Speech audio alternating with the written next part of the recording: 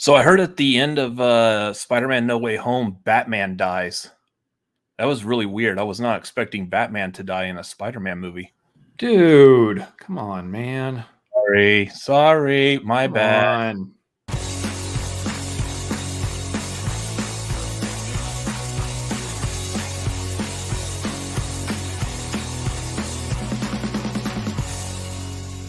What is going on, everybody? It is Wednesday night at a little after 8 Central.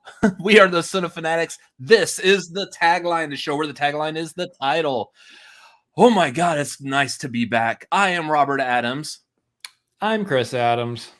Thank you for adding that. Yep.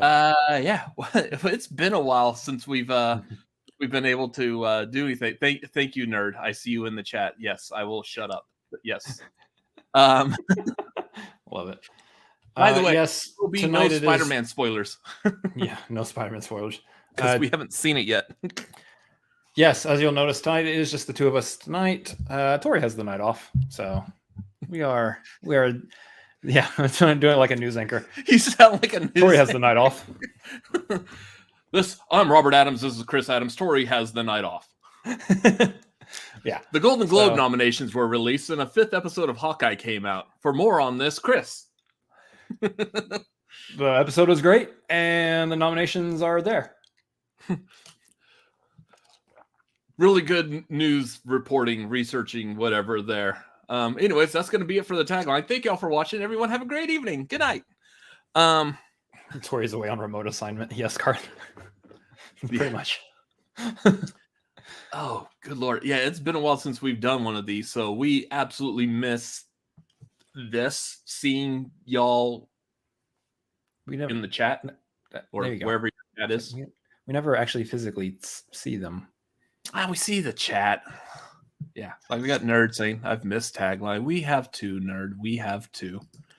Guys, if y'all want to ask any questions, have any comments, issues, something you want to bring up and make sure we see it, streamlabs.com/cinefanatics. That is how you can grab our attention. There's also patreon.com/cinefanatics if you would like to support us and our endeavors on the YouTubes. That is a good place to support us. Those of y'all may have known that we were going to do a watch along last night. We weren't able to do it. We will be doing the watch along is going to be this next Tuesday. There will be a poll up on Twitter. I believe the poll will be up tomorrow. So keep an eye out on that. Cinefanatics MLP. If you're not following us there, that's where the poll's going to be. And join the Patreon at the $5 due tier to watch along with us in Discord. And unsurprisingly, that poll will probably feature 4 Christmas movies. So welcome to December. Silent Night, Deadly Night 1, 2, 3, and 4, and then Black Christmas. Nope, that's definitely not. None of those are probably going to be on there. But yeah, I feel like I was going to say something, and I don't know what it was. You were going to say Merry Christmas, Happy Holidays. You filthy animals. Merry Christmas, you filthy animals. Speaking of people being filthy animals, after this is over, I don't see Vernon in the chat yet, but if you would go over to Vernon's YouTube channel, A Fan's View, I will be joining him tonight as we are going to be watching Home Alone 1 and 2. We're going to be doing something fun with this one. Like, I'm not a medical expert. I'm not a doctor, but I do have like some medical knowledge because I worked for a medical company at one point. I don't know if that's actually going to help me or not, but whatever. I'm going to act like it does. We're going to be watching these movies and pinpointing exactly like what kind of damage would happen to the people in these movies as they get hit, bonked, attacked, slip, fall, trip, ripped, burned, scalded, blown up. Nobody was ripped in these movies. That's might be the one thing that's keeping these movies from the top of my Christmas movie list. Then I need to see Harry and Marv get ripped apart like they're in a saw trap. That would have been hilarious. Also, probably wouldn't have been in a sequel. So, look, some of us get a little demented around the holidays. It happens. It's just human nature. It's okay. Fam, that's not just the holidays for you. Oh, yeah, that's right. It's all the time. all year round. Merry Christmas, everyone. Robert is psycho. Anyways, that's going to be happening after this. So if y'all want to have some fun, head over to a fan's view of film favorites, Home Alone 1 and Home Alone 2, Lost in New York. Die Hard. So Garth wants Die Hard to be on the poll for the watch along, and I'm telling you, Garth, you don't want that, because the way we're doing watch alongs now, you get to sit there with us while we tell you and break down on each and every single scene why this scene can be changed and it would not affect the movie at all for it to not take place at Christmas. We appreciate all of you who follow us. We also appreciate the fact that y'all all understand that we are of the opinion that Die Hard is not a Christmas movie. And I'm really happy that even if you think it is a Christmas movie, you at least respect our opinion to still watch us and still be subscribed to us and still give us stuff at streamlabs.com/cinefanatics. We appreciate that. all my favorite Christmas movies come out in July. Yeah. Anyways, so yeah, watch along next Tuesday. Shut up, nerd. Unsubscribe. So also coming up this Saturday will be the Marquee. This one is we're going to be ranking Christmas movies. This Surprise. This is going to be the Marquee. Is it Winter Wonderland with special guest Ben Goddard?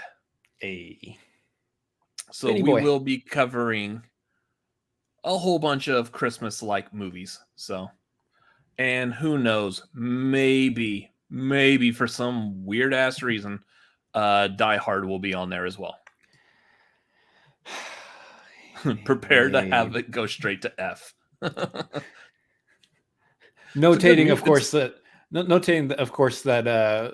we're talking about, in that case, it's value as a Christmas movie, not so much its value as a fun action movie, in which Die Hard is S tier, easy, an amazingly fun action movie. It's one of the best. But anyway, yeah, Winter Wonderland, correct. Winter Wonderland, yeah. I was actually going to call it like the Rudolph the Red-Nosed Reindeer, but I just thought that was way too much of a mouthful, and it doesn't really make sense. So, crap! Bring up the image again. Bring up the thumbnail again. So we will be doing the Marquee this Saturday, Winter Wonderland, where we will be ranking Christmas movies with our special guest, Ben Goddard.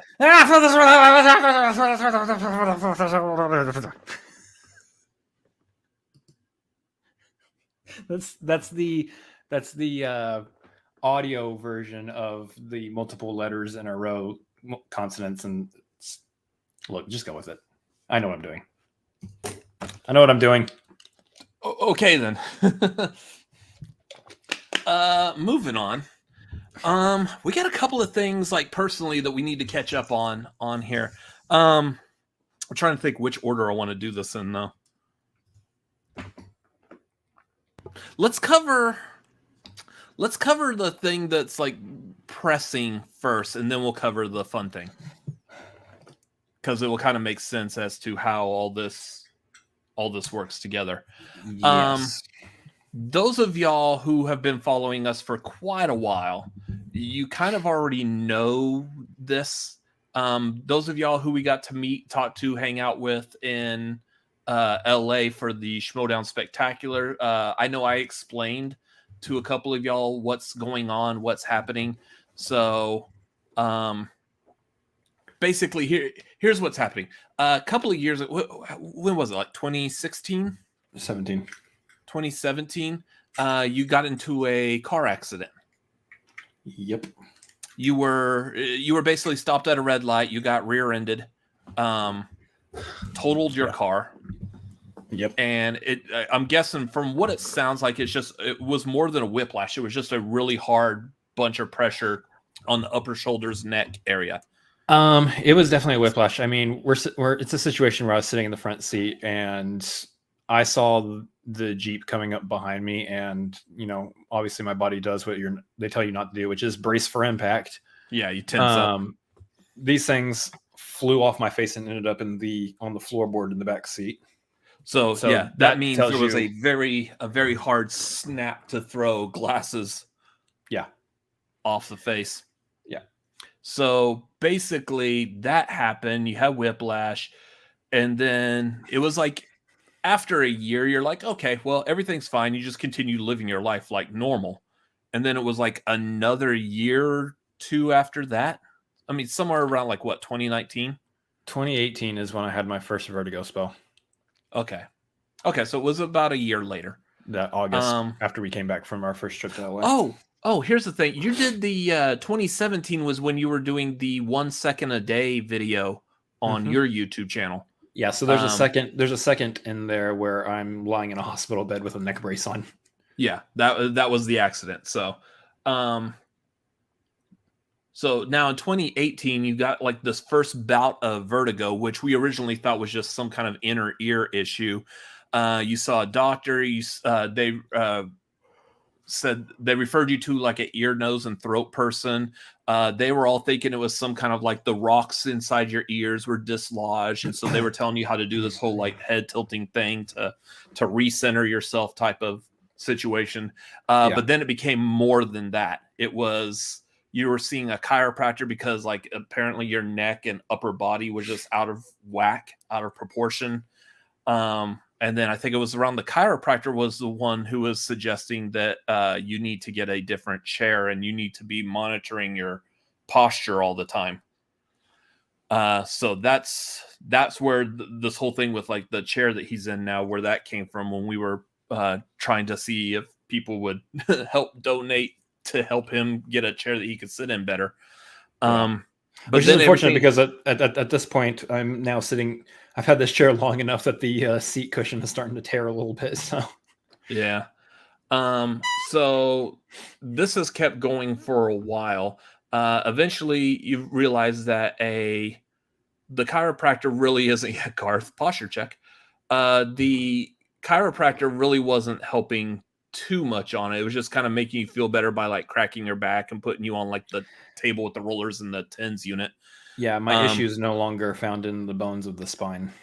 Yeah, now it's more of a whole muscle, upper body, back of the head, jaw, like everything up here is all related and connected. Yeah.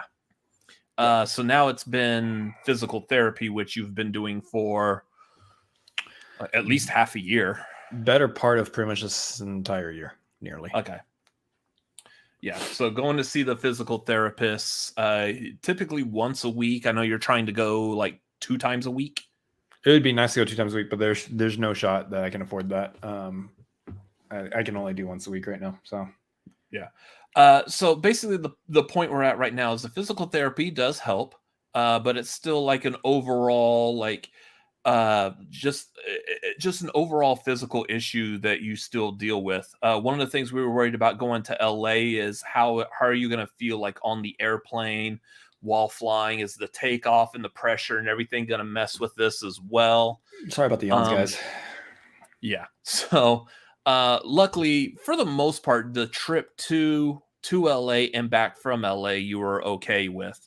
It was just a couple of things that happened in LA that just kind of really threw you off. So, yeah. So the people that I talked to in LA very much appreciate your concern. But yeah, that's basically what's happened is this is still an ongoing issue.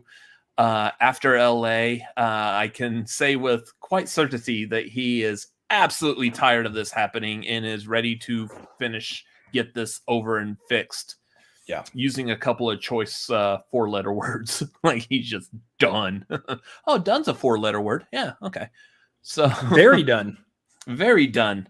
So yeah, that's what's been going on. That's probably like a major issue that we've had coming back from LA is just trying to get him back to normal. Yeah. Whatever normal is. I know. Normal's a weird word nowadays. Pre 2018, Chris. Pre 2018. Well, that's also before the pandemic, so it's also technically before our channel started. Yeah, technically, yeah. Anyways, so that's the whole story of what's going on. So guys, again, streamlabs.com/cinefanatics, because physical therapy is not cheap. Yeah, it's racking up. It's racking up big time. I've given like all of like, I guess my share of whatever the channel gets is going to him to help him out. So, yeah, anything like that will definitely help, and we will very much appreciate. Like all of the chat just dropped a Streamlabs in there for Chris Adams MLP. All of the chat, thank you very much for that.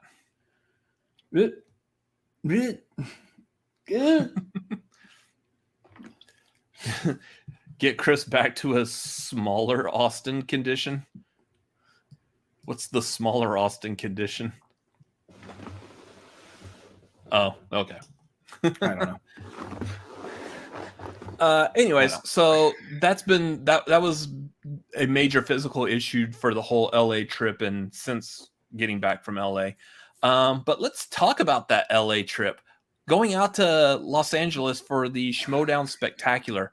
That was a lot of fun. Before the buildings went up. Yeah. That's true. That's true. Actually, like before 2018, like there's like probably 10 skyscrapers downtown now that weren't there before 2018. Yeah, they built them things fast. Jeez. Yeah, anyways, LA was a blast. I do like that that like every time we do anything like Schmoedown related where it takes place at a bar, there's always one bartender and that's it. There's only one bartender. Everybody gets in. That bartender goes, holy crap, holy crap, holy crap. And they're just in panic mode for like an hour and a half, 2 hours until like somebody can come and help them out. Which one of the 3 nights are we talking about right now? Like all 3. Well, Thursday, okay, so Saturday or Sunday. Yeah, so Thursday we went to a bar to celebrate Jill from certain point of view, her birthday. And that was just a Thursday night. So like the bar just had like the regulars where it was like a couple of regular people, like 6 people probably. And then all of a sudden, like this entire schmo group just descends upon the bar. And like, yeah, one bartender just all of a sudden he's got what looks like a normal, probably Friday or Saturday night. On a Thursday. And it's Taco Tuesday on a Friday. Yeah. So there's that. And he did eventually get some help, which was good. Yeah. Friday we went to Disneyland with Maxwell, Amber, and Sean Wingblade. Was a blast hanging out with them all day. I will go ahead and admit it. I'm a wuss when it comes to amusement parks. I don't like things that drop you, that move you like too fast, whipping around corners. I'm just not a huge fan of it. He doesn't like rides. I don't like rides. I just want to stay put and just look at things. I am boring like that. So yeah, unfortunately, I feel like I was kind of like a stick in the mud on a lot of it. I'm like, no. Rise of the Resistance is a really good ride, though, even though I was freaking out at one part. But yeah, guys, Rise of the Resistance is life changing. If you ever get a chance to find yourself, luckily, at a Disney park, that's a fantastic ride to go on, especially if you're a Star Wars fan. That was incredibly immersive and really amazing. Yeah.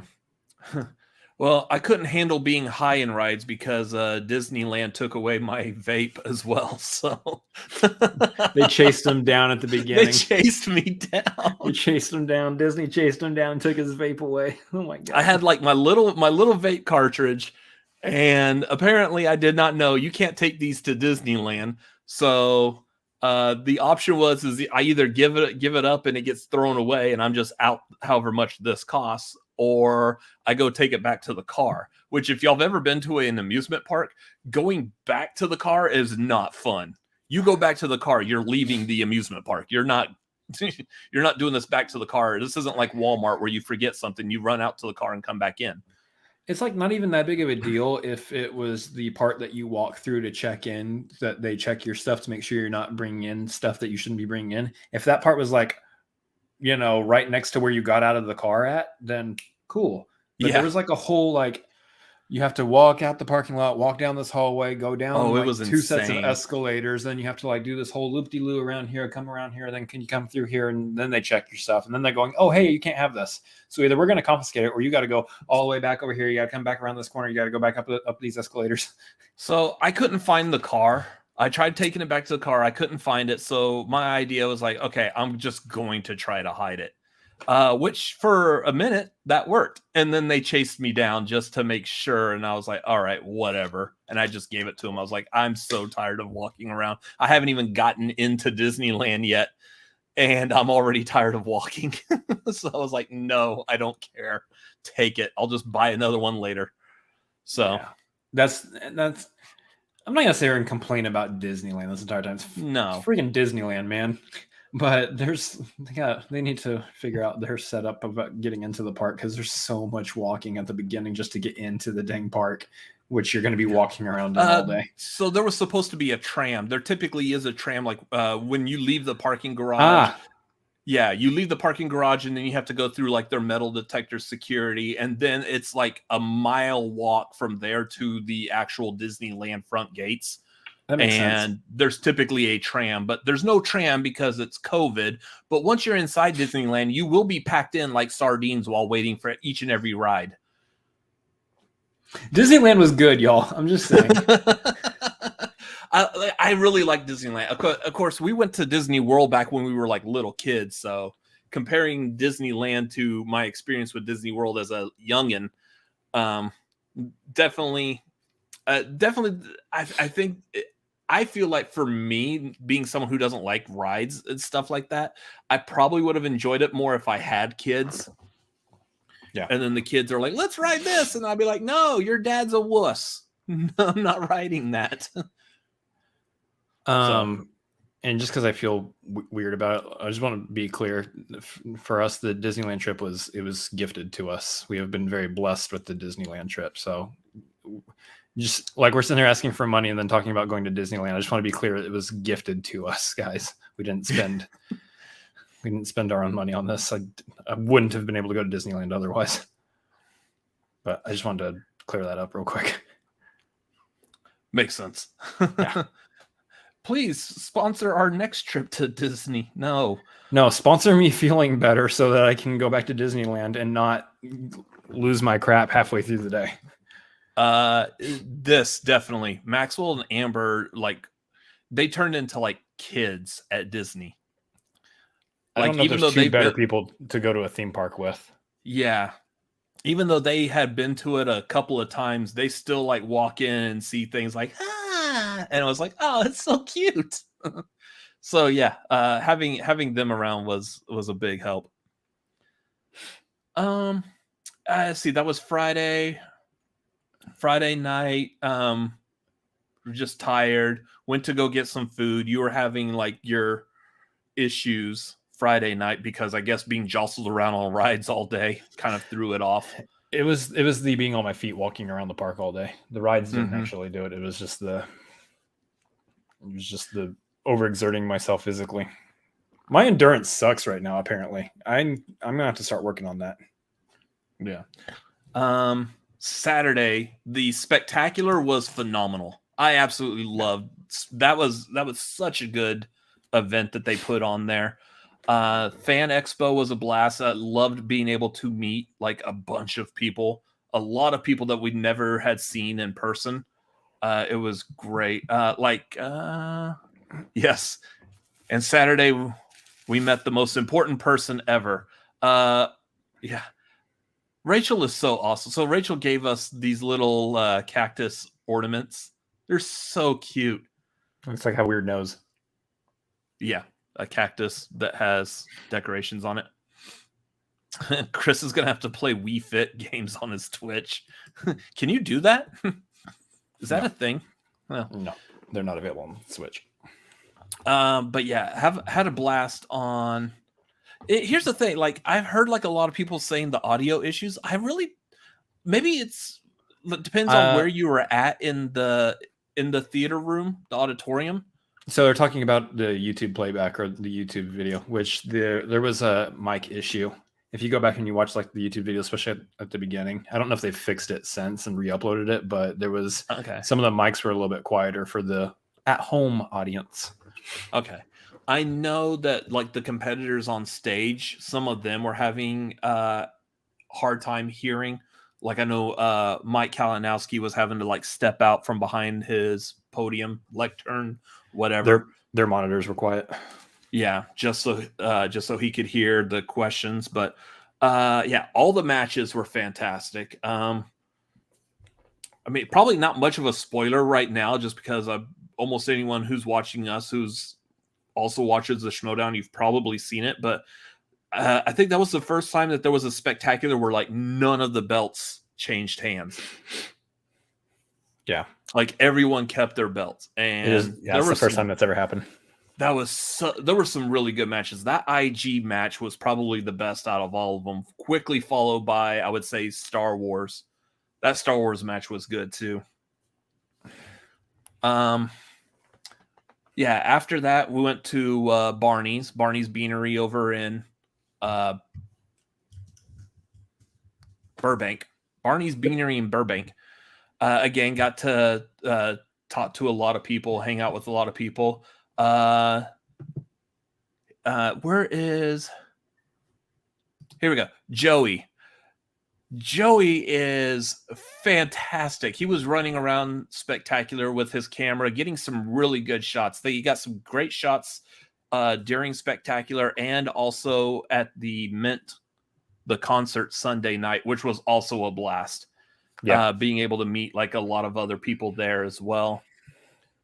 Just it was such a good weekend. I had so much fun with that. Glad to see Chris, given his physical condition, also had a good time. I try to look past how I physically felt during a lot of that and just acknowledge that it was great to be there, honestly. Like after having not been able to see everybody and hang out with everybody for 2 years nearly. Mm-hmm. It was just great to have like that part of life at least feel normal again. Yeah. Anyways, so yeah, they did put the concert at the Mint. It was live streamed on Twitch, and then it was immediately taken down. And Chris Clark is in the process of editing it to put it back up on YouTube, so everyone can see it again. Dude, the sound guy they had for that. God, good Lord! There's a lot of words. Homeboy was not good at his. He's not good at his job. Let's just say that. Dude was a little off it that night. Yeah. By the time Chris Clark's band got up there, the sound guy apparently was very well intoxicated and not able to do his job. So there was just sound issues like crazy throughout that. But like kudos on everyone who was trying to still help out and make it good. I know like Justin the Juice got up there with his keytar, which was amazing. That dude made keytar like completely badass looking. Like for a second there, I was like, why did I never study the keytar? The juice is loose. Yeah. Like the keytar is like the most awesomest instrument ever. I bet you all kinds of women would love me if I played the keytar. Oh. I wanted to talk about this too. This was from the expo. Brett and Kate had their table, which was great. Oh, yeah. Oh, yeah. And they were handing out NFTs. This is the NFT they gave me. It said, look, you can see my reflection. Where's the camera? There it is. There's the camera. Anyway, it says limited edition, Brett and Kate. Is this good content? NFT button, number 5 of 25. So I guess we Brett and Kate solved the question for everybody. What is an NFT? It's a homemade button. That's what an NFT is. See, the one I got was the one that I guess Kate's kids made. So good NFTs, guys. Yeah, these are gonna be very valuable someday. Yeah. Anyway, so I think that was roughly about it. Sunday night was a blast. Monday, oh dang it! I wanted to get a picture of this, and I completely forgot. One of the funniest things I think we encountered was, man, I wish I could find a picture of it too. The Airbnb that we stayed at. In the bathroom, like all the decorating that you can do, the bathroom in this, above the toilet on the wall, there were 2 mirrors like stacked on top of each other. If you happen to be a guy standing in front of the toilet for whatever reason, the top mirror, you got to see your face. The bottom mirror, you got to get a different perspective on what it looks like when you're peeing. It was really weird. Like I wasn't paying attention to it. I just happened to look up and I'm like, oh, okay. And it was weird because like the bottom mirror was also like angled like out and down a bit. So like it was almost as if that one particular mirror was meant to be angled towards certain areas of people standing in front of the toilet. It was so funny. Had we thought about it, like we were joking about like taking a picture of it while holding like a cucumber. That would have been funny. Interior decorating 101. Always see both heads. God. Oh, 2 mirrors is just trolling. While peeing. What's that odd mole? I'm glad that we highlighted that before highlighting how cool it was to see Ben Bateman finally perform his songs at the Mint.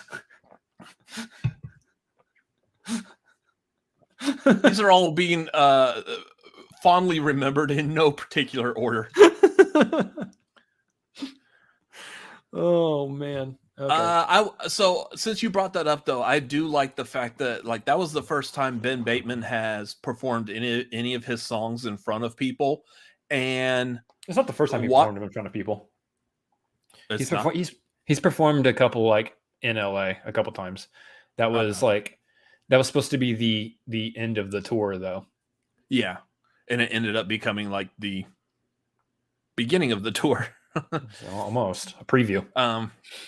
Yeah, but it was watching Ben Bateman's reaction to the whole room singing Sorry for Tonight back with him. Oh, that was just like tears. Like it's just amazing. Just it was great seeing that, hearing that. So that's what I love about this community. That was like, it was roughly around that time I was like, this is one huge room. How many times have you gone to a bar or an event like that where almost everyone in the room knows who each other is and everyone is like caring and supportive? Yeah, sure, you might not like agree with what everyone says, thinks, does, whatever, but for the most part, everyone is supportive of one another. That was just amazing to be in the room like that. So, yep. Anyways, that's enough of the soppy stuff. We got a lot of other things to talk about too. So let's pick this up. Movies that we've watched over the past, 2 weeks since the last time we did Tagline. One of them we're going to do a mini review here in a second. But Chris, what else have you watched? Oh, shoot, we're talking about 2 weeks. Hold up. I actually got more than I put down on the list here. Okay, well, I'll go first then. Yep. While you tally yours up. So we're getting close to the Christmas holiday. So what a perfect time to quickly go and watch a bunch of horror movies. A bunch of ones I needed to catch up on. Cujo, which y'all know what Cujo is. Stitches, which was like this Irish clown comedy, very much in the vein of somewhere between Shaun of the Dead and Trauma. If you like slapstick and some slapsticky type gore, I highly recommend it. And then I also finally caught up on Texas Chainsaw Massacre 3 and 4, or Leatherface, the Texas Chainsaw Massacre, and Texas Chainsaw Massacre, The Next Generation. You know, I'm just going to call it 3 and 4 from now on. That's a mouthful. And then for Christmas movies, mainly because we have that marquee episode coming up pretty soon, I did watch Scrooged and It's a Wonderful Life. I finally have watched It's a Wonderful Life. Shame. And it was a wonderful movie. Shame. Yeah. What else? He finally pulled the moon down with a lasso. Good job. Yeah. So caught up with a couple here. On the way to Spectacular, I watched Klaus on the airplane. Mm-hmm. So caught up with that one, just to have that one under the belt and knowing that we were going to do the marquee also. Obviously West Side Story, which we'll talk about in a little bit. And then I actually caught up the other night on Amazing Spider-Man 2, which I had never forced myself to watch Amazing Spider-Man 2. It's actually not bad. Well, it's not good, but it's not horribly awful. It's watchable. The Rhino. Okay, that part's not great. A lot of the movie is okay. It's very watchable. It's got some parts that are kind of, but you know, it's not the worst. Then I also watched Jungle Cruise for the first time. Finally, I finally got to watch Jungle Cruise. Jungle Cruise actually pretty decent, not bad. It's The Rock in the Jungle. It's The Rock in the Jungle again. Yeah. No spoilers if the Rhino is in No Way Home. Yeah. Gosh, that would be the game-changing spoiler, wouldn't it? Yeah. He's the sixth member of the Sinister Six, guys. One of my friends posted on Facebook here. It says, spoil Spider-Man and win a chance to meet Stan Lee. Dang. That's pretty good. I like it. That was a death threat for those playing at home and didn't get it.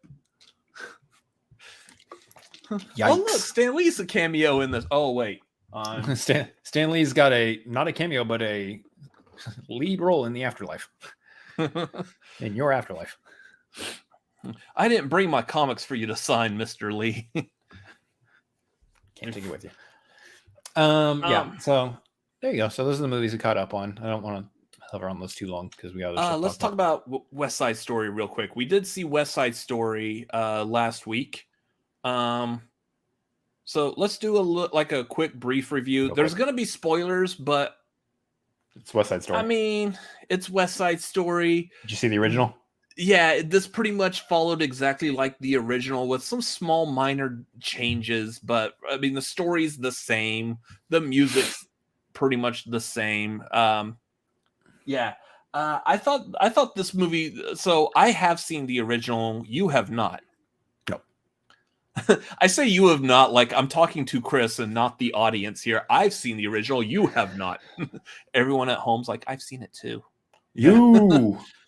I've seen it, my brother hasn't. So a couple of different takes on this. Of course, his is going to come from the point of view of not knowing anything about West Side Story except knowing that it's an allegory for Romeo and Juliet. And then, of course, I'm comparing it to the original. I thought, in comparison, it was done very well. A lot of the shots were very similar, very reminiscent. A lot of the costumes were the same. One thing I'm very happy that they changed is Bernardo was not in brown face, which was good. Well, yeah, he wasn't a white guy in brown face. Yeah, he wasn't a white guy in brown face. He was an actual like Latino, Puerto Rican. I can't remember if the actor actually is of Puerto Rican descent, but I would assume so. Well, like I would think so. What's her face? Rachel Zegler is not Puerto Rican, even though she played one. Yes. So I did like Rita Moreno in this one. I like this one. So this is one of the few things that they changed from the original. She was the one running Doc's drugstore instead of Doc. She was Valentina that was running it, and she basically played the Doc role. Everything Doc does in the original, she did in this one. So I like that. The other one that I thought was kind of interesting, this movie still takes place like in the 1950s, like the original does. But one of the things they did is, if y'all are familiar with the character of Anybody's, in the original, Anybody's was a tomboy. It was a girl who was a tomboy, or at least that's what it was sold as in 1961, I believe. This one, they actually did lean more into anybody's being transgender, which I thought was interesting. I don't know how prevalent that was in the 1950s, if that was something that people were actively doing, but it felt kind of natural. Like when I saw anybody's on there, I didn't think of it was a tomboy. My first thought was it is a transgender actor in that role as well. Is it a they? Stop saying it. Yeah, sorry. I don't know how to word things. Stop saying I will it. admit I will admit they are this. a human. I am okay with messing it up and correcting myself on camera for everyone to see. Ooh, unlike some I will people, actually put forth a little bit of effort to correct myself and embarrass myself, and I'm okay with it because I'm doing the proper correct thing. I don't know where that came from. It just felt like something that needed to be said. Notating that some people don't do that sometimes. Some people don't want to give a damn and don't want to put forth any effort whatsoever. I will. Yeah. So they were a definitely a transgender person. So in the movie, which is it's one of the things to kind of like bring it into like a situation where, you know, we're modernizing it. This is the way life is nowadays. It definitely, you know, that sort of situation was not prevalent in the 60s. It was not widely talked about in the 60s. It wasn't, you know, it was a thing that existed but didn't necessarily get talked about a lot. Nowadays, of course, it's, you know, you know, we see it all the time. So it's, you know, it's only natural that it feels like it happens right there in the movie. Now. Yeah. So the only other thing I like, it was kind of weird, is at some points I was questioning whether this movie was directed by Steven Spielberg or J.J. Abrams, given the heavy amount of lens flares that are in this movie. Yeah. There were some shots though, like the when they're singing Tonight, the lens flares in that shot looked really good. Just the overall cinematography of this movie, I thought, was very well done.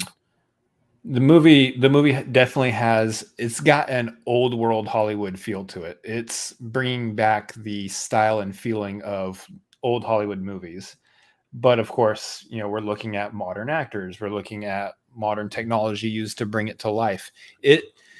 There was a part where they, you know, it's towards the beginning where they're walking through city streets. And to me, it felt like they were on an old Hollywood soundstage, which you would think would take you out of the movie because you want it to feel as realistic as possible when you're watching something on screen. You don't want it to feel like it's something being shoved onto a soundstage. But for me, that aesthetic is what made it so enjoyable from the jump. It's the fact that it felt like, we're watching a musical taking place on a soundstage. They built up the set around it and they filmed it like such. They used camera quality felt like that of something you would find back in the 60s, the film style and everything. Just everything about it, the colors, the choreography, everything about it felt like it was being done back when the original was done, which I think is a really cool and neat aesthetic to apply to that movie. So overall, I mean, I enjoyed the movie. I thought it was a very faithful rendition of the original. I did read that this movie was a little more closer in, I guess, the story and how the story was to go. It was closer to the original Broadway performance than it was the original movie. But I'm not familiar with the original Broadway performance, so I don't know which parts. Yeah. But I thought it was very faithful to the original movie.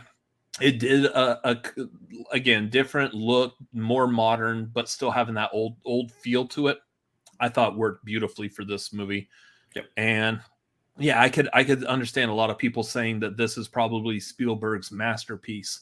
Unfortunately, and you'll probably have to correct me when we get to the box office numbers, but I don't know if the box office and the overall general movie going public are showing or that's not resonating necessarily with them. It's just the people who are fans of the original, I think, are the ones that are really saying like, yes, this movie is a masterpiece. Yeah. So I really enjoyed it. I thought it was phenomenal. It will easily be in my top 10 of the year, which is coming up pretty soon. So glad it got in there. What were your overall thoughts and like ranking of this movie? Overall, I thought it was fine. So here's the thing. The detraction, whatever the word would be. What I hold against this movie, I don't actually hold against it. It's just, at this point, it's more of how the story affects me.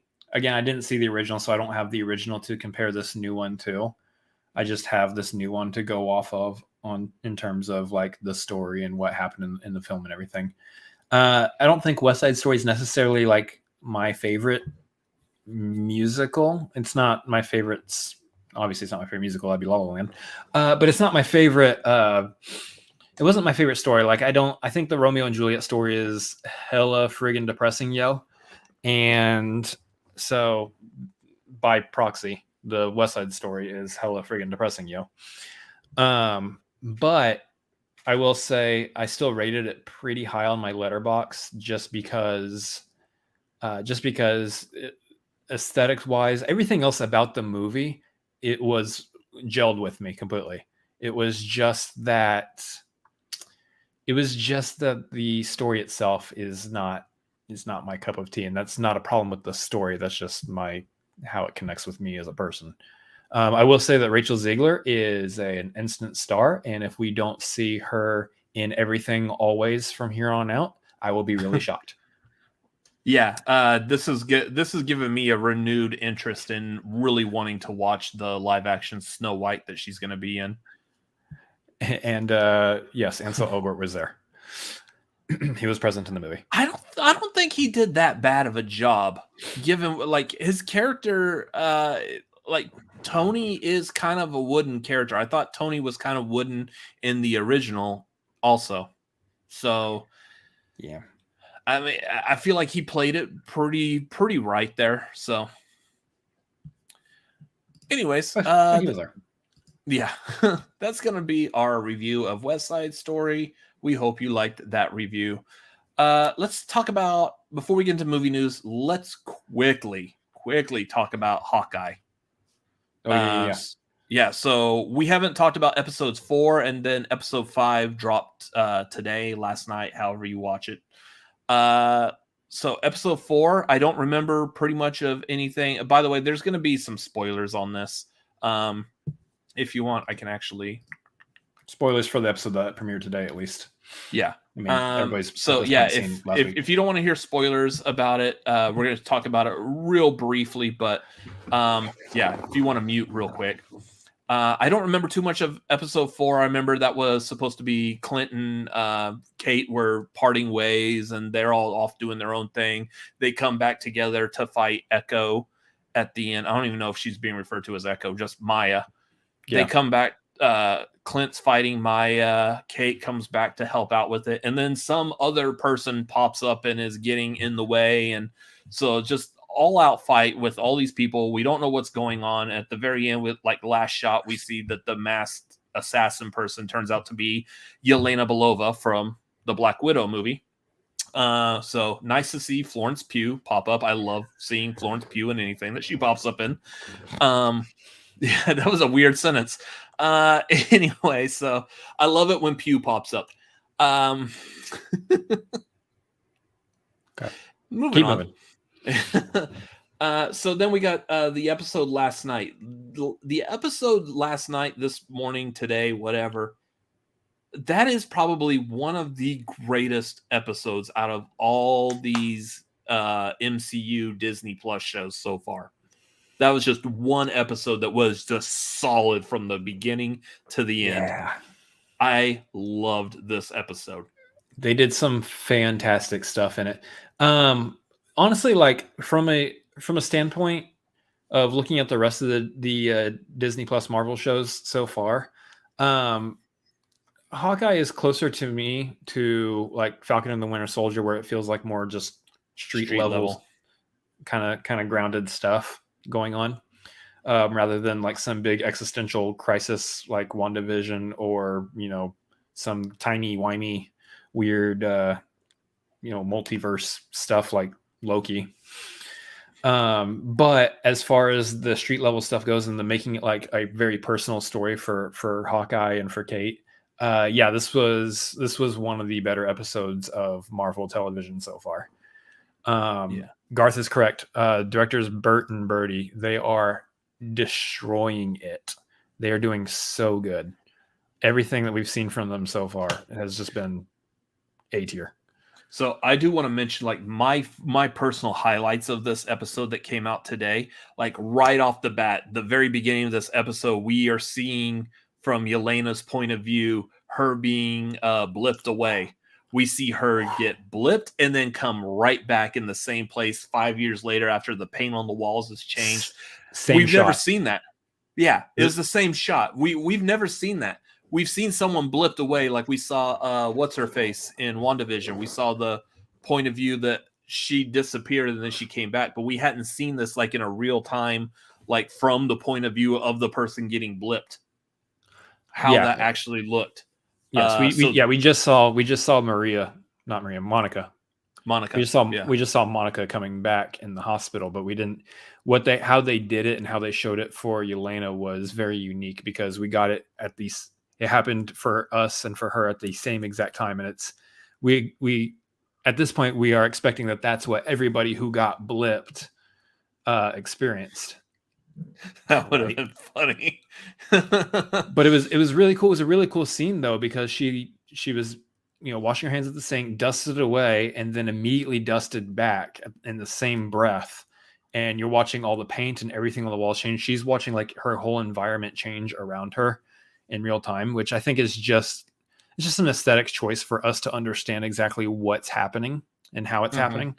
But to get that perspective of somebody who disappeared for like a half a second and came back and they were actually gone for 5 years, that was such a unique thing. Let's talk about the heartbreaking part of that though, is when she walked out and she's like, I need to go find Natasha. I need to make sure she's okay. Yeah. Yeah, that was sad. The other things from this, the most of this episode, like a good chunk of this episode was Yelena and Kate having a chit chat. It's okay, Garth. Germs stay blipped. Yeah. They were having a chit chat while sitting at the table. That whole conversation was fantastic. Oh my gosh. So good. Like even going so far as to say, this is not cutlery. I love macaroni and cheese or whatever. You only have one fork. Why you have one fork? I'm just one person. Yeah. And then what's the Yelena dance? She did like this or something like. It was amazing because I'm sitting there watching this, and the way that Florence Pugh is playing this character, my first thought is I'm thinking back to her role as Dani in Midsommar, and how she's just a mentally destroyed person throughout that movie. And then watching her in this episode of Hawkeye, it's like two completely different people easily. Yeah. And it's amazing how well she did that. So yeah, I'm easily a Florence Pugh fan. I will watch her in almost anything that she's doing. She could read the dictionary, and I'll probably watch that. I'd like to hear her read the dictionary, though, with Yelena's accent, because she is... definitely. Oh, I love hot sauce so much. I visit New York City. I went to see Rockefeller Center. Yeah, I went to see the tree, Kate Bishop. She kept saying Kate Bishop.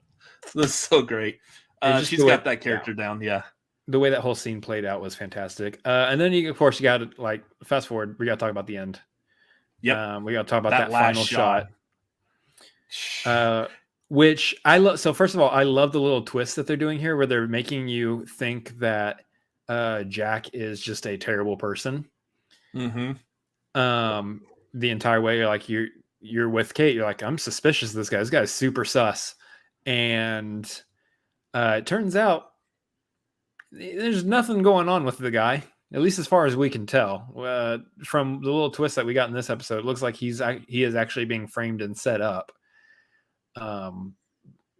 by another person who we probably shouldn't have been trusting from the very beginning. Yeah. Eleanor does not seem to be on the up and up. No. Especially if she's friends with Wilson Fisk. The big guy. He's back.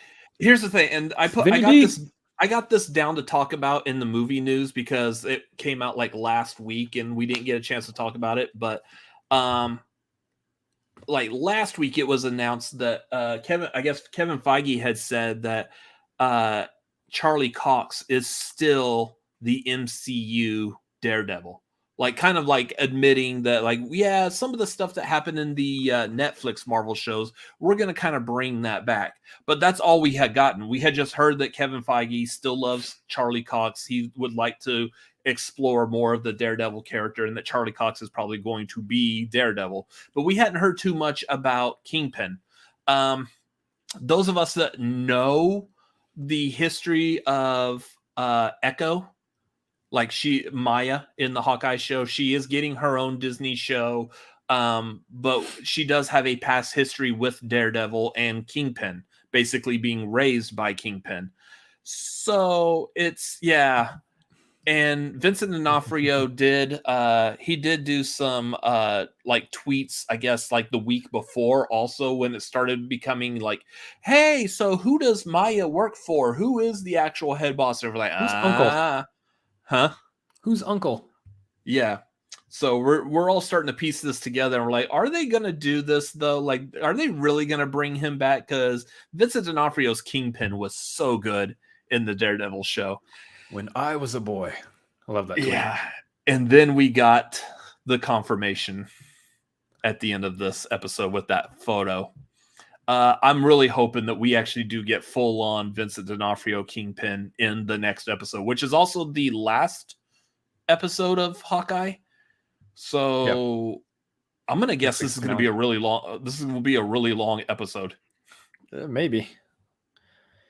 Able to wrap up all the stories. Well, because the storylines, the way they're going right now, I'm expecting at this point, everybody's on the same page. Maya seems to be invested now, knowing that Wilson Fisk is essentially the one responsible for sending Ronan after her pop. And Yelena is realizing who hired her and seeing that all three of these people, them and Hawkeye, all have a mutual enemy now, potentially, with Wilson Fisk. So I'm expecting some fun stuff to happen in this last episode where there's like a super team up between Yelena, Hawkeye, and Maya. And obviously Kate is there too. And maybe we get some Wilson Fisk stuff, or who knows how it goes down. Yeah. Anyways, so that's what we're looking at for Hawkeye. We will talk about the last episode next week on Tagline. So yes, that is enough of that. Let's hurry up and get into some movie news. Ladies and gentlemen, good evening. This is what's happening in your world tonight. We apologize for the interruption. Back to you.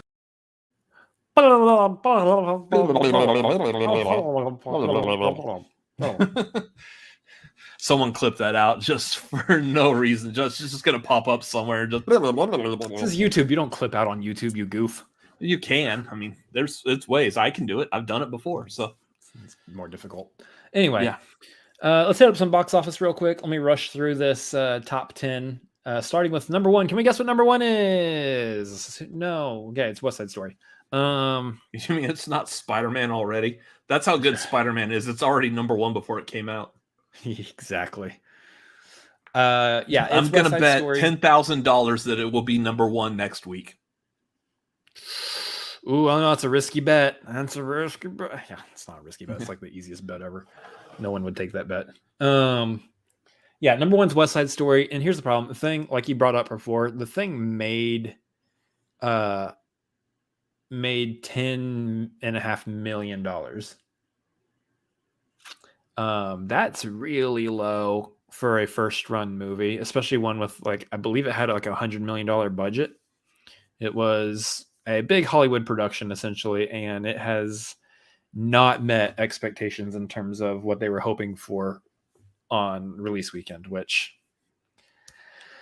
you know, I don't want to like dive too deep into this discussion. There's any number of things that could have caused that to be, you know, is it still a pandemic? Is it a movie that actually reaches all audiences? Are we dealing with people who are super racist still and don't want to watch a movie with people of Hispanic culture in it? It's a musical. It's a musical that doesn't necessarily hit all demographics and markets all the time. The people who don't want to watch Ansel Elgort in anything. Exactly. There's just any number of reasons why this movie did not have as big of a box office draw in its opening weekend. The question is whether or not it's going to have legs, whether it's going to pick that up or not, and we'll see. I mean, there used to be a day where if you heard Steven Spielberg's got a new movie coming to the theater, his name alone is what would draw people to the seats. His name alone does not necessarily fly during pandemic time still.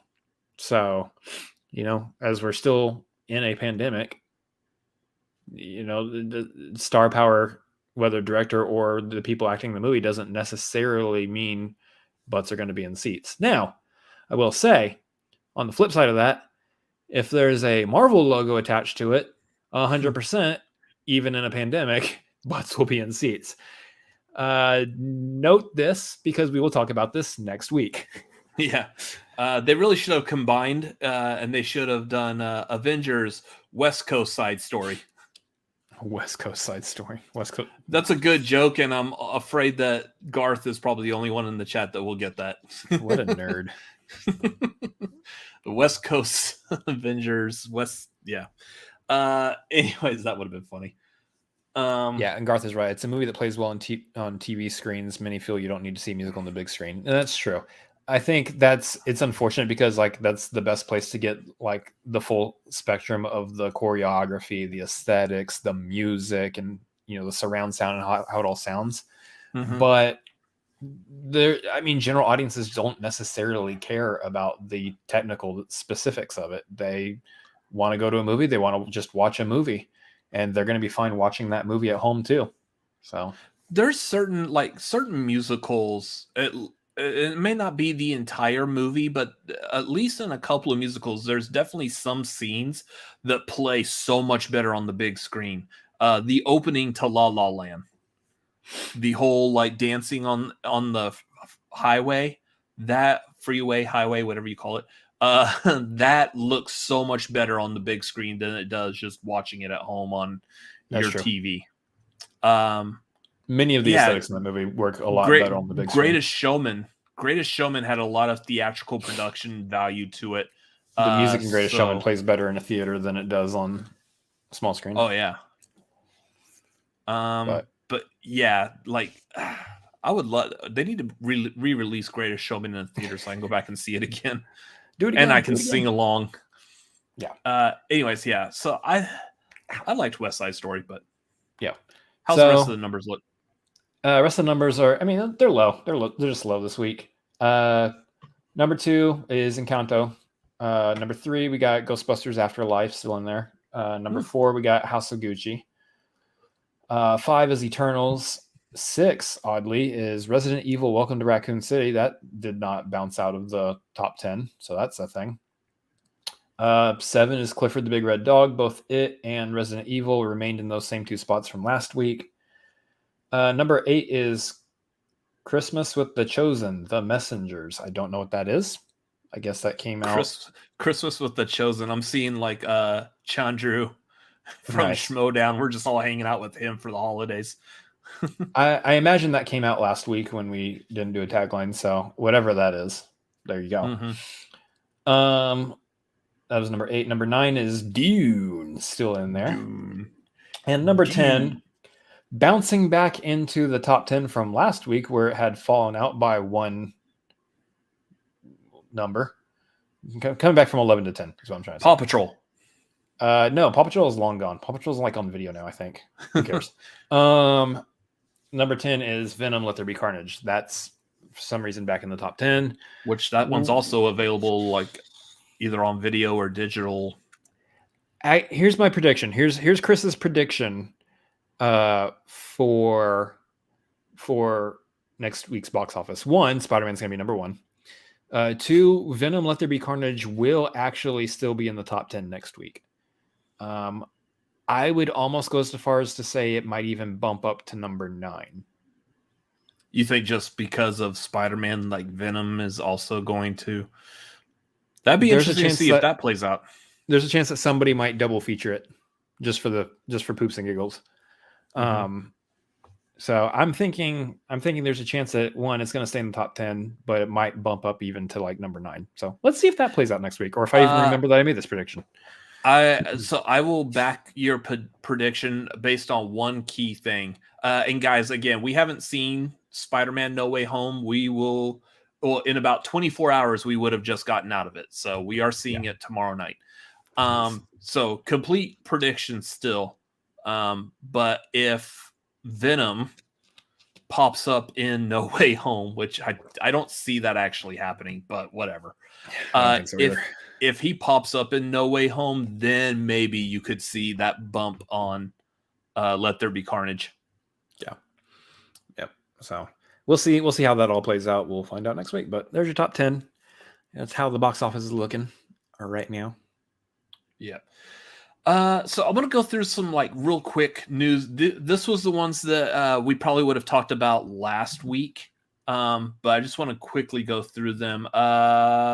We got the poster for Sonic 2, which is a really good look. I'll get to that. At the time of we were doing Tagline, there would have been just the poster had come out, and the next day was the trailer. The poster looks phenomenal. Like anyone who's played Sonic is very familiar with this. What they were setting up here with Tails flying the plane and Sonic on the plane. They do that in the video game. Of course, we got Jim Carrey's Robotnik back in that cart thing. Looks like a couple of like robots behind them. Badniks, whatever he called them. You got it. Then we got it somewhere. Yeah. And then we got the trailer the next day, and the trailer just looks so good. We got our first shot of Knuckles in this. Who does have a sexy voice. Screw you, Idris Elba. You have a sexy voice. Deal with it. Yeah, I need to see like Knuckles doing the I'm sexy and I know it type of thing. But yeah, that trailer was so good. Like I wish we did a reaction to it because I was so happy watching that. Sonic was one of my favorite video games as a younger person, next to Mario. As a wee lad. Yeah, what I love about that poster, what I love about the whole plane thing is that poster looks directly off of the actual like Sonic 2 game. The logo for the movie directly off of the Sonic 2 game with the tails of the 2 and everything. There's absolutely everything they're doing. They're doing it right. They're going in the right direction with this. And Sonic is already oddly one of the better video game adaptations. Who saw that one coming? Nobody.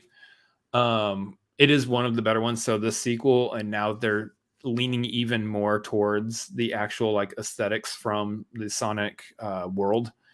I think we got something that looks pretty good here. I love Knuckles. I love Tails. I love what they're doing with Jim Carrey. Bring him back. Jim Carrey could make him a little plumper. He can be a little bit more. I'm holding scissors in a really weird way, but yeah, make him a little more egg-shaped. Yeah. But other than that, he's got the stash, he's got the goggles, he looks good. I like my Robotnik a little fluffy. little fluffier. Needs to be a fluffier. They're doing phenomenal with that. It just proves that the people behind that movie care about that property and know what they're doing, especially now that they are on the track to make sure all the CGI characters look like the regular and not. Yeah. Thank you, Mr. Jeff Fowler. Yeah. Thank you for caring and giving a damn enough about what you're doing to please your audience. should be like the first thing you're doing when you make a movie. But surprisingly, so someone anyway, didn't tell Mortal Kombat this. Oops. Someone forgot to boost. Oops. Yeah. Roka. Roka. Anyway. Anyways, next piece of news. Shang-Chi 2 has been greenlit. Yay! We knew this was going to happen. Shang-Chi was like a cultural phenomenon. So very excited for that. Again, Charlie Cox has been confirmed to still being Daredevil in the MCU. We just don't have any other follow-up. Like, is he going to pop up? I know we were leaning on guessing that there's a very good chance he's going to pop up in the She-Hulk show, since that's a show that deals with heroes and lawyers. For sure going to pop up in She-Hulk. Makes complete sense that he would be in there also. Possible cameo. Again, we haven't seen Spider-Man. Possible cameo in Spider-Man. Maybe. Yeah, we're still holding on to that. Yeah. We'll see. Yeah. I cannot wait. Like, again, this time tomorrow night, we would have already seen it, and I'd be like, every single thing I'm thinking right now, is it going to happen or not? Who knows? This really does feel like Christmas Eve and Christmas Day, even though like we're about to get that anyway. It's about to happen. But this is just it does feel like that. We're about to unwrap the present and see what's inside. That's actually probably going to be my tweet like tomorrow after we get out of Spider-Man. Like, yeah, after this, Christmas has no meaning for me anymore. This was more of my night before Christmas and all through the house. Only the spiders were stirring. Yeah, so we're seeing it, I think, like 6:30 is our showing tomorrow night. So super eager for that. I'm going to stay up super late tonight. I'm going to sleep in a whole lot tomorrow. So all I got to do is get up, eat breakfast, and go see a movie. Probably not going to do that.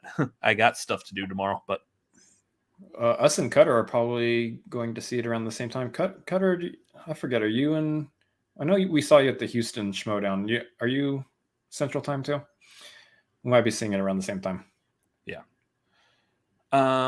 Anyways, and then it was also announced that Tom Holland is going to be playing Fred Astaire in a biopic of Fred Astaire. I'm not mad at that. No, I think that's actually a really good choice. The only thing that I think is funny is I could have sworn I heard, I don't know if maybe this was a joke, but like one of like Fred Astaire's, like his dying wish is for someone to please never make a biopic of his life. That's a thing. So that's a little weird. But yes. This I will touch upon real quick. I have seen this now. So if you have been blocking Twitter and Instagram and Facebook, if you've just been trying to stay off of those to avoid spoilers, you got to stay away from YouTube now also, because if you have even slightly looked at anything Spider-Man related, YouTube is now recommending you watch these videos. They're also Spider-Man related and they're all spoilers. Like I've barely come across any. I've seen one that did spoil something for me, but not a big deal. It wasn't a huge big deal spoiler, but I saw that and I was like, okay. So I've been really trying to limit my being on YouTube, shame. which is funny because I'm on YouTube right now. So it's a real shame that you can't even like trust the YouTube algorithm to do right. Like, first of all, YouTube algorithm, can you like pump out our stuff and not spoilers for a Spider-Man movie? Thank you. That'd be great. Instead of showing Spider-Man spoilers, how about show the Addams Brothers some more? But it's like, okay, there's got to be like something. If there's a good enough algorithm that they can pump out, okay, this is related to Spider-Man content, and there's got to be something that goes, wait a minute, this looks like it was shot in a movie theater off a cell phone. No, we're not pushing that on the algorithm. Come on. Yeah. So Cutter says he's in Temple, which is not far from us at all. So about an hour and a half or so ish. 45 minutes. Okay, well, Mr. Leadfoot over there.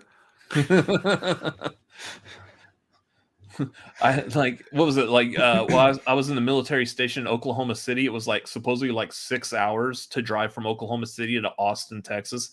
And I think I usually did it like in 5. So did it in 2. Yeah, I did it in 30 minutes. Take that, Elon Musk, in your proposed Hyperloop. Mr. Tiny Person of the Year should have been. All you got to do is just drive 500 miles an hour on the highway and you get there real quick. Why does no one realize this? Faster speed, the faster you get there. Duh. Anyway, so yeah, Tom Holland is Fred Astaire. Good pick. Yeah. Can't wait to see more on this. It was a quickie. He's going to have the dancing and the physicality down. So yeah, he kind of looks a little like young Fred Astaire too. So I wonder if like he actually had to audition for that. He's like, I'm here to audition for Fred Astaire. And like the casting director, like, no. We saw your lip sync battle. You're good to go. We saw what you did to that Umbrella song. You are good and golden on this. Exactly. Speaking of golden, let's talk about the Globes. That was a good transition there. I thought that you were doing it intentionally. Yeah, it works. This week, they did announce the nominations for the 79th Golden Globe Awards. Those of y'all who may not be familiar with this, Golden Globes is usually a pretty good indicator as to what's on the radar as far as the Oscars go. So I want to quickly just briefly go over, we're just going to cover the movie portion of the Golden Globe Awards because we're cine fanatics and not necessarily TV fanatics, even though we do cover the MCU TV shows, but it's because they're connected to the movies. Well, real quick, I will touch upon that. I did see there was the nomination for Paul Bettany and Elizabeth Olsen for WandaVision as far as the TV side of the Golden Globe. So good on them. I think they both did very well given what the storyline of that show was. So movies, though, let's go through here. Now, a lot of these I know we haven't seen yet. Some of these are movies that I definitely want to see coming up. Let me separate this. That way I can still see other things. But so best motion picture. So Golden Globes does a weird thing where they separate. Yeah, I know. Had to hiccup in the middle of talking there. Oh. Dennis Villeneuve, freaking Snoop Dogg. I love it. So they do the thing where they separate drama movies from like musical and comedies, and apparently you can't be like any other form of movie, like action. Just to be clear, The Martian is a comedy. Yeah, he grew potatoes with poop. Matt Damon. Matt Damon. So drama, Belfast, Coda, Dune, King Richard, and The Power of the Dog. We've only seen Dune and King Richard. And I don't know. Or like aliens invading, or is that like Rolling Thunder? I feel like no, it's an airplane. It sounds like it's about to crash into our apartment complex. Good Lord. A low flying plane. Yeah. If y'all hear a news story of a plane crash from Austin, Texas, you'll remember this moment. Yeah. So I think I kind of I would say I liked King Richard more than Dune. But I don't know. You liked it more than Dune? I think I enjoyed King Richard more than Dune. See, I like Dune as a movie better than King Richard, but I think in this category, I mean, I'm going to try to talk about this really quickly. The problem with Dune is that it's a big, epic blockbuster movie, and those usually don't. Those outside of like Lord of the Rings, those usually don't fare too well for award type prestige stuff. Not that it doesn't deserve something in somewhere, even for Denis, but I think the front runner here. Again, we haven't seen like a few of these others. I heard good things about Coda. I heard good things about Belfast. I think the front runner here's got to be like King Richard, right? Yeah. What else is on this list? Belfast, Coda, Dune, King Richard, Power of the Dog. Power of the Dog. I've heard some things about Power of the Dog, but I've heard like back and forth on it. So, musical or comedy? We got Cyrano, Don't Look Up, Licorice Pizza, Tick Tick Boom, West Side Story. So. We're going to see Licorice Pizza pretty soon. I haven't seen too much about Cyrano or Don't Look Up. I think I've just seen the trailers and that's about it. I do want to see Cyrano. Yeah, I do too.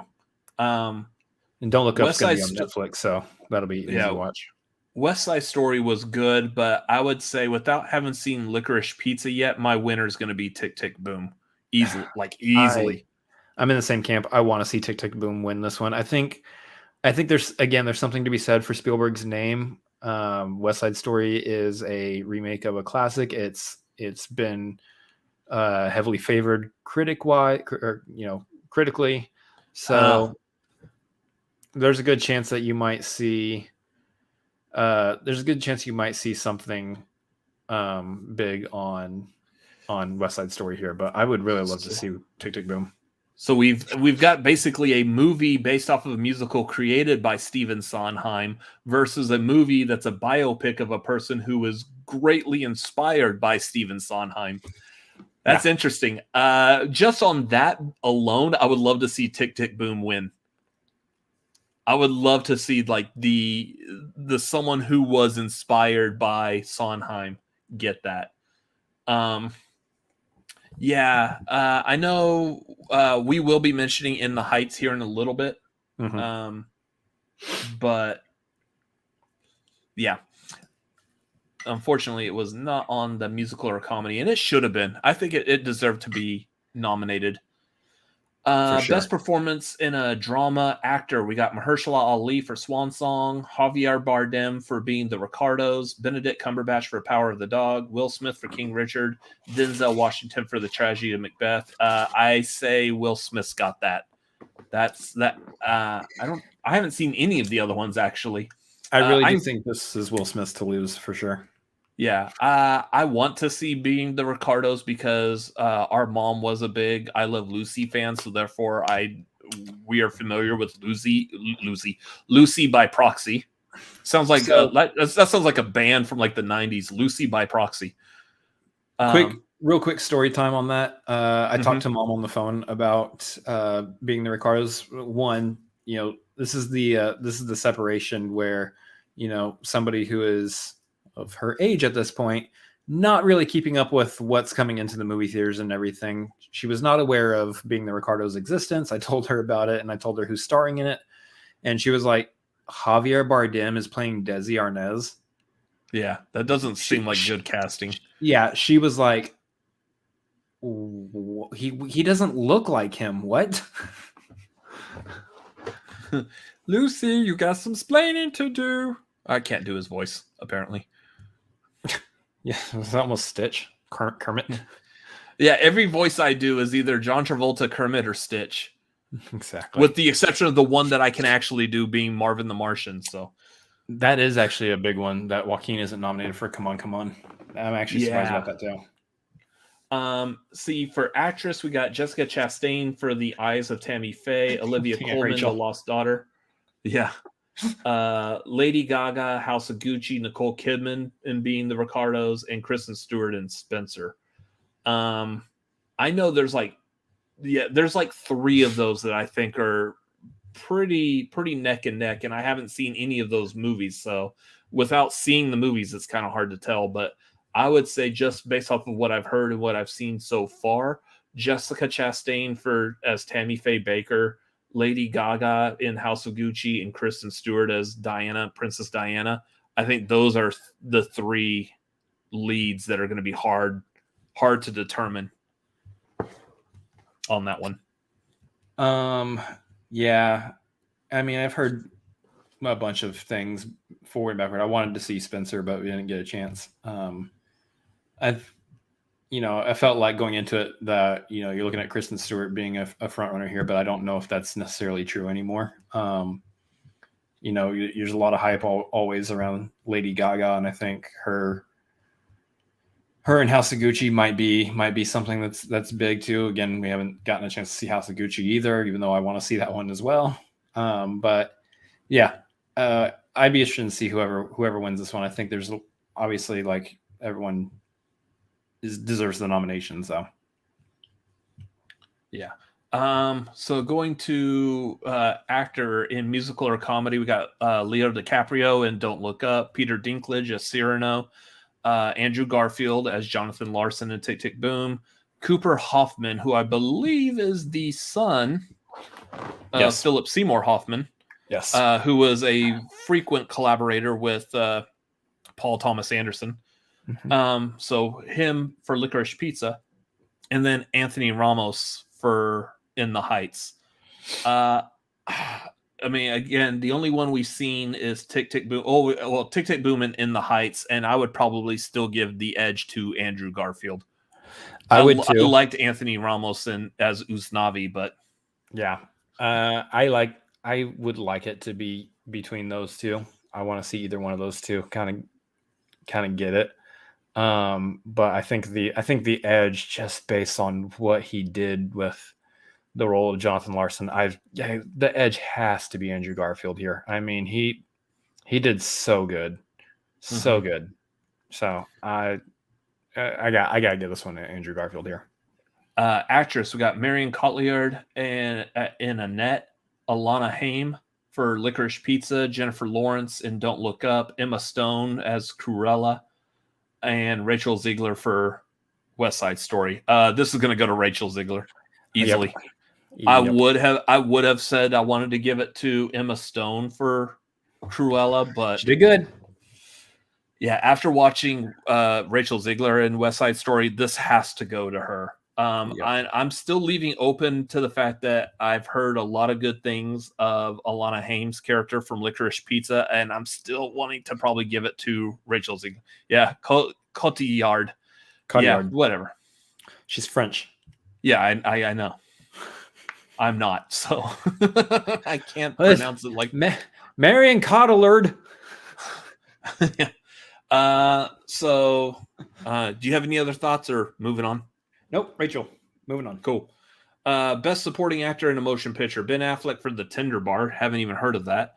Jamie Dornan in Belfast. Syrian Hines in Belfast. Troy Kotzer in Coda. And Cody Smith McPhee in Power of the Dog. I don't know any of those movies, so I got nothing. I have no idea. Y'all let us know in the chat which ones you think is the front runner there. Yeah. Moving on. Supporting actress. Who? Kytriona Balfe in Belfast. I probably butchered the hell out of that one, but until someone tells me otherwise. Cotillard. Yeah. Ariana DeBose in West Side Story as Anita. Kirsten Dunst. I can't even pronounce that one. I've heard that one like my whole life. I can't even say Kirsten Dunst. Yeah. Power of the Dog. Jeez. Anjanou Ellis and King Richard. Yeah, and Ruth Negga in Passing. Who was that actually?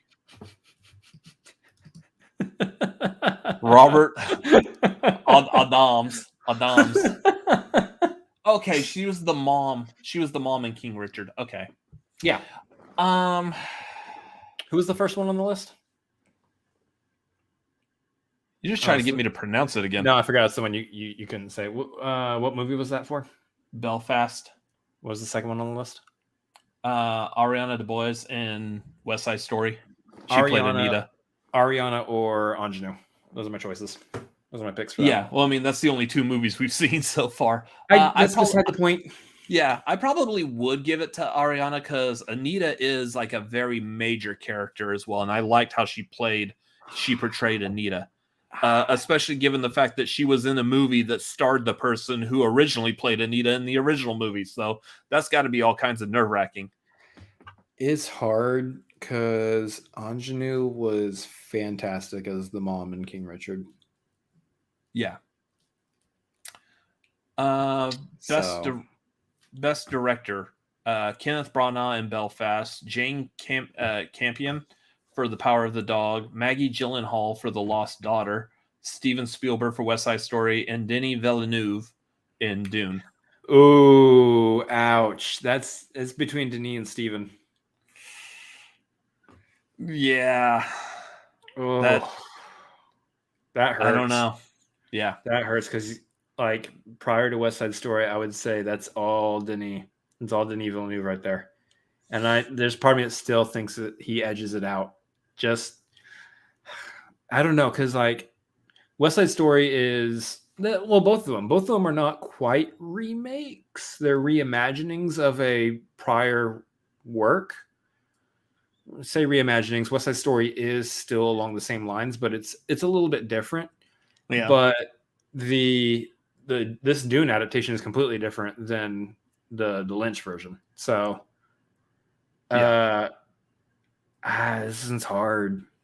I want to give the edge to Denis, but it's hard. Mm-hmm. Best screenplay. This one's gonna get hard.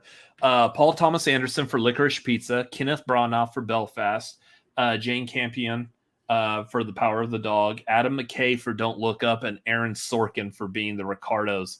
You got Paul Thomas Anderson, Kenneth Branagh, Adam McKay, and Aaron Sorkin are 4 major players when it comes to screenplays.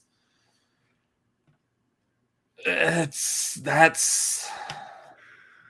going to be a hard one. And the downside, again, is we haven't seen any of those movies yet. So it's going to be kind of hard to guess on which one is. Yeah, I don't know. I can't call it at all. So we're saying Belfast was that big of a deal? We might need to catch up on Belfast. Yeah. So again, this is a good indication of what we're going to see in the Oscars, and typically we're pretty decent at catching up on all the movies that we need to see at least the Best Picture nominations before the Oscars. So once we have a good idea based off of like this list, this was going to tell me what movies I need to watch before the Oscar nominations come out. That way, when the Oscar nominations come out, we're like, oh, well, I only need to watch like 1 or 2 other movies and I'm good. I've got them all. So I like to hope that we've already seen a few of them. Yeah. Makes our job a little bit easier. It sure does. I want to say some of these other ones I can run through real quick. Best Original Score, Alexandre Desplat for French Dispatch, Jermaine Franco for Encanto, Johnny Greenwood for Power of the Dog, Alberto Iglesias for Parallel Mothers, and Hans Zimmer for Dune. I'm going to probably have to... It'll probably be a draw between Alexandre Desplat and Hans Zimmer. Because I know those are the 2 like big names. Encanto did have some good music, though. Yeah. I could see that. It's up there. It's up there. Yeah. Best original song. So we've got Be Alive from King Richard. I guess done by Beyonce. Dos Oruguitas by Lin-Manuel Miranda for Encanto. Nice rolling of the R there. I live in Texas. I've lived in Texas my whole life, so rolling R's. Hey, guess who's coming to say hi? Down to Joy from Belfast. Here I Am Singing My Way Home from Respect, which I'm actually really surprised doesn't have more nominations on this. Jennifer Hudson in a biopic of Aretha Franklin. Come on, that should just be like, just give her the Oscar already. Lola's like, okay, guys, y'all got to move. I want to hey! Hello. Really? And then No Time to Die by Billie Eilish from some movie, I guess, called No Time to Die, whatever that is. That's one of them. It's one of them Jimmy Bond flicks, right? Jimmy Bond flicks. It's one of them Jimmy Bond flicks.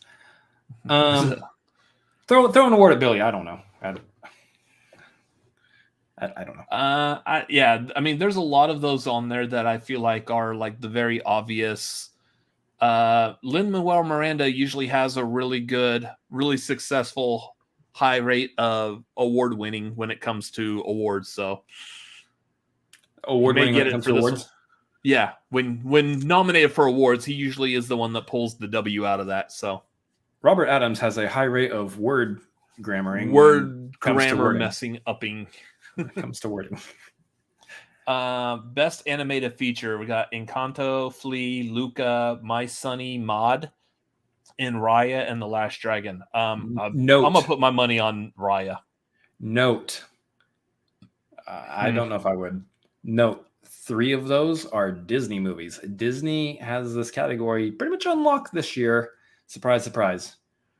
Between Luca being, I think, the only Pixar movie on the list, and usually Pixar's almost guaranteed to get it. I don't think they are this year. I think it's between Raya and Encanto. And was Mitchell's versus Machines on there? No. Interesting. Yeah, because there was a lot of hype around Mitchell's versus the Machines. So I'm actually kind of surprised it's not in the anime list here. Maybe I am pulling from the Wikipedia page, so unless someone edited it off the Wikipedia page, I don't think so. I don't think it was on there. I'm thinking that Encanto might have the edge here. I personally enjoyed Raya and the Last Dragon more than Encanto. I liked Raya more than Encanto. But you meant to say it wasn't. Okay. Got it. Yeah. Anyways, that's it for other than the foreign language film, which I don't know like any of these. So, we do not speak Italian first, second, or third best. Yeah. Compartment number 6 from Finland, Drive My Car from Japan, The Hand of God from Italy, A Hero from Iran, and Parallel Mothers from Spain. Don't know any of them. So, yeah. Raya the Last Dragon.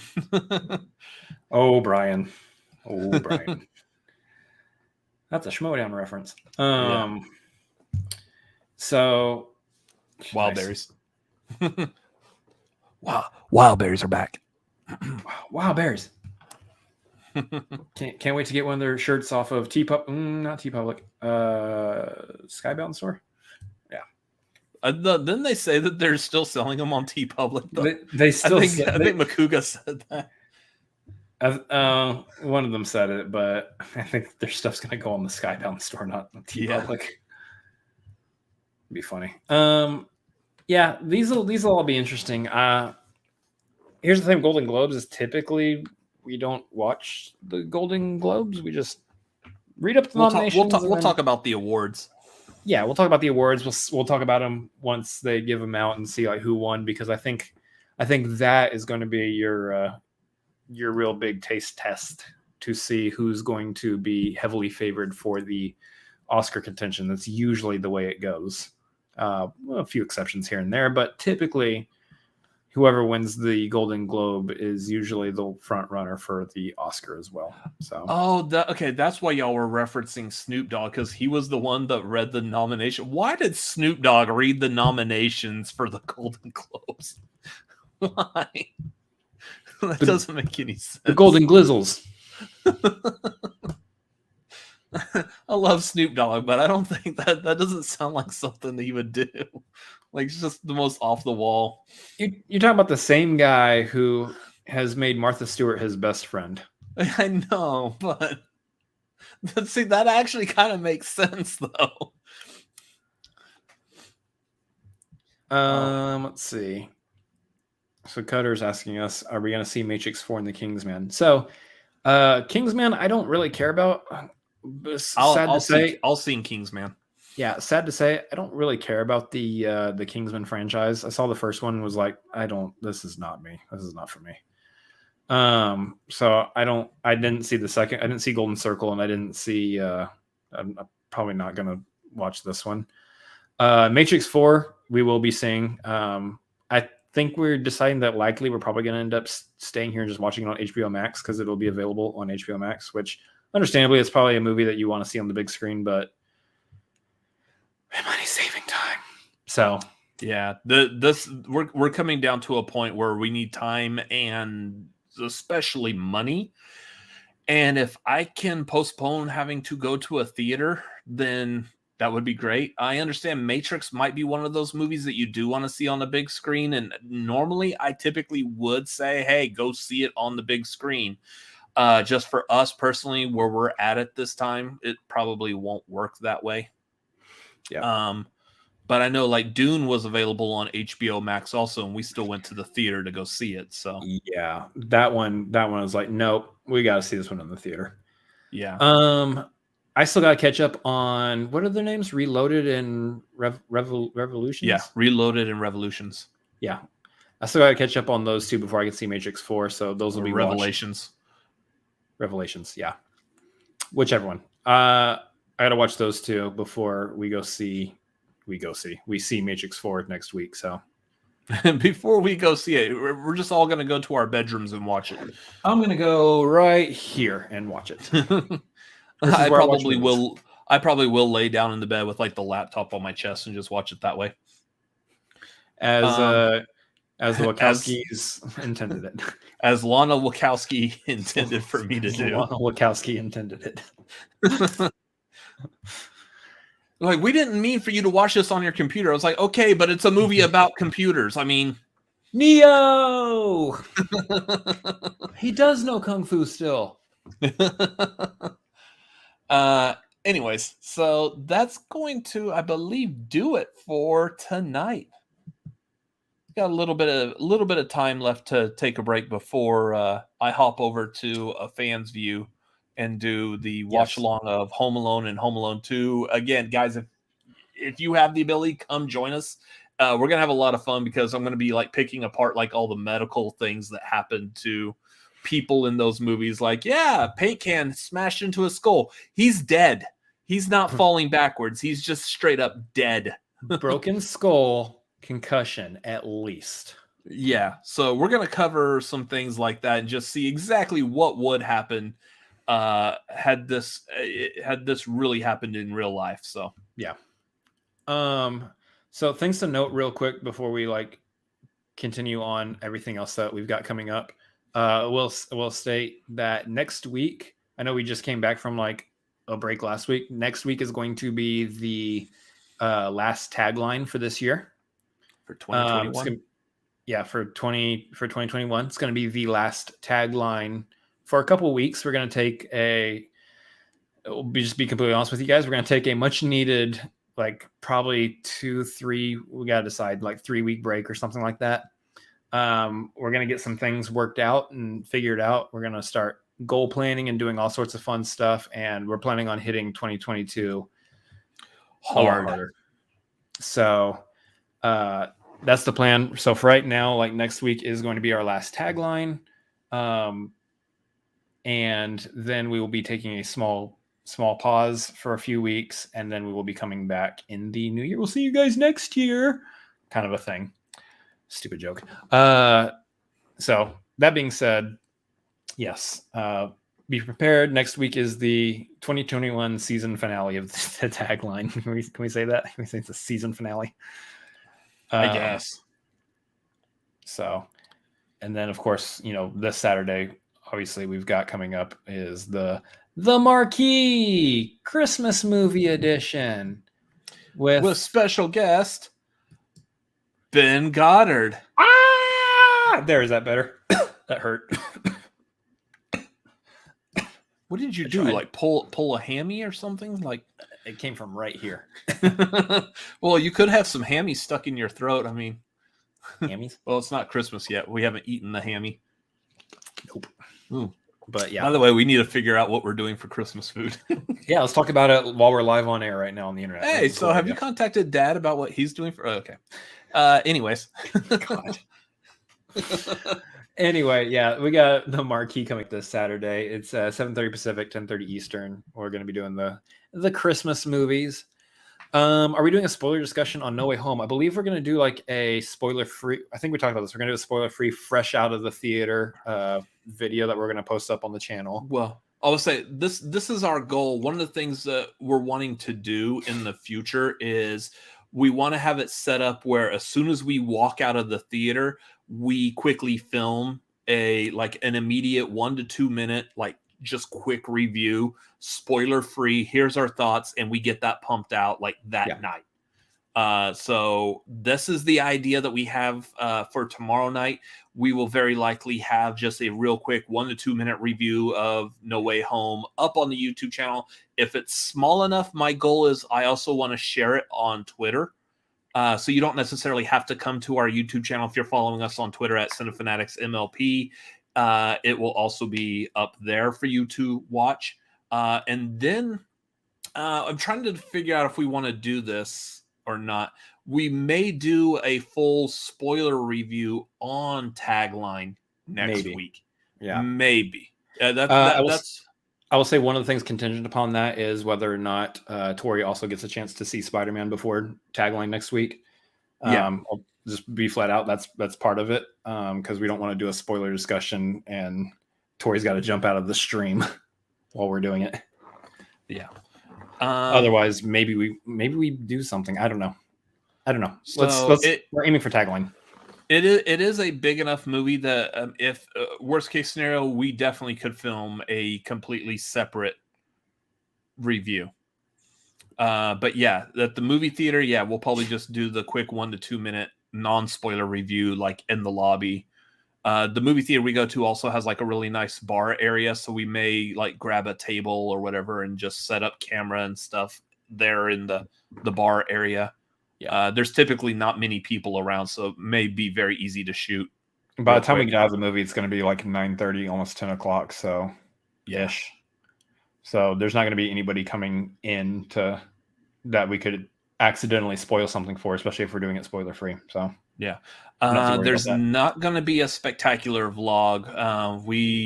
This was a point where we're like, I want to enjoy this and not look through a camera and try to figure out filming. Again, I'm not like opposed to doing a vlog for Spectacular or any kind of live events or something like that for the Schmoedown. It's just the past couple of ones, especially this one, it was more about being able to see all the friends again that we haven't seen in like almost 2 years. Yeah. So I wanted to see them and not worry about filming and editing and compositions Aside from the cell phones, we left the cameras at home for this one. Yeah. Anyways, so that's what we have going on in the future. So yeah, expect some kind of review of Spider-Man tomorrow night. Anyways, follow Cinefanatics on Twitter, Instagram at Cinefanatics MLP. All the news and stuff that's going to be dropping. We will post the poll for the Patreon watch along that will be up on Twitter sometime tomorrow. No, I don't go to sleep early. The rest of the state may, but I'm still up. Anyway, so that will be tomorrow as well. So the watch along is going to be next Tuesday, the 21st at 7 Pacific, 10 Eastern. It will be on Discord. So there's not going to be a YouTube video, kind of like what we did with King Richard. It will be on Discord. We're all able to participate, watch, and everyone who's watching with us, you can talk and interact. So, so I really liked. If you're at that $5 tier on up, all you got to do is just hop into the voice chat on the Discord at the time we're starting the watch along, and you're going to be good to go. Yeah. Easy peasy. Yeah. Anyway, so hop on Patreon. $5 gets you into the movie watch alongs. $25 gives you, or the $25 the Maverick tier gets you the movie trivia hangout. We will still probably be doing that next month as well. Even though we want to take a break, we'll still do the hangouts and stuff like that. Yeah, we got to figure out what the dates will be for those. So stay tuned. Anyways, I think that's about it. Of course, you can follow me personally at Robert Adams MLP, Twitter, Instagram, and Letterboxd. Chris? And you can follow me also at Chris Adams MLP on Instagram, Twitter, and Letterboxd. And over at twitch.tv/Chris Adams MLP. I haven't streamed like the last week or so, week and a half. Just a myriad of reasons. Just haven't felt great. But I am planning on streaming tomorrow in the afternoon, probably 1 or 2-ish, 1:30, 2-ish Central Time. So, whatever that time zone exchange is for you. So plan for that. I do believe I'm going to try to stream tomorrow, and I might even try to stream on Friday since my Friday got freed up out of nowhere. So there you go. We'll probably end up doing both, but stay tuned to my Twitter. I will let you guys know there and on Discord. Yep. And again, go over and hop onto a Fans View YouTube channel and watch Home Alone 1 and 2 with both me and Vernon and whoever else shows up. So a lot of fun over there. Anyways, thank y'all for being here. Those of y'all in the chat, thank y'all for watching. We very much appreciate you being here. And I know we just say that at the end of every video because you're supposed to, but we actually do really appreciate y'all being here. Those of y'all who've donated through the Streamlabs, that Streamlabs is still open even though we're not streaming. You can feel free, please. Streamlabs.com/cinefanatics. Anything that you can donate will definitely help out on medical bills and stuff. General bills, because I'm having a hard time working right now. So, yeah. Thank y'all for donations. Thank y'all for watching. If you're watching this on a replay, comment down below. You have anything to add, please comment. That would be cool. And share and subscribe. Hit the subscribe button down below if you haven't already. And that's going to do it for tonight. So, as for myself, as for my broken brother over here, y'all have a great evening. Good night. See ya.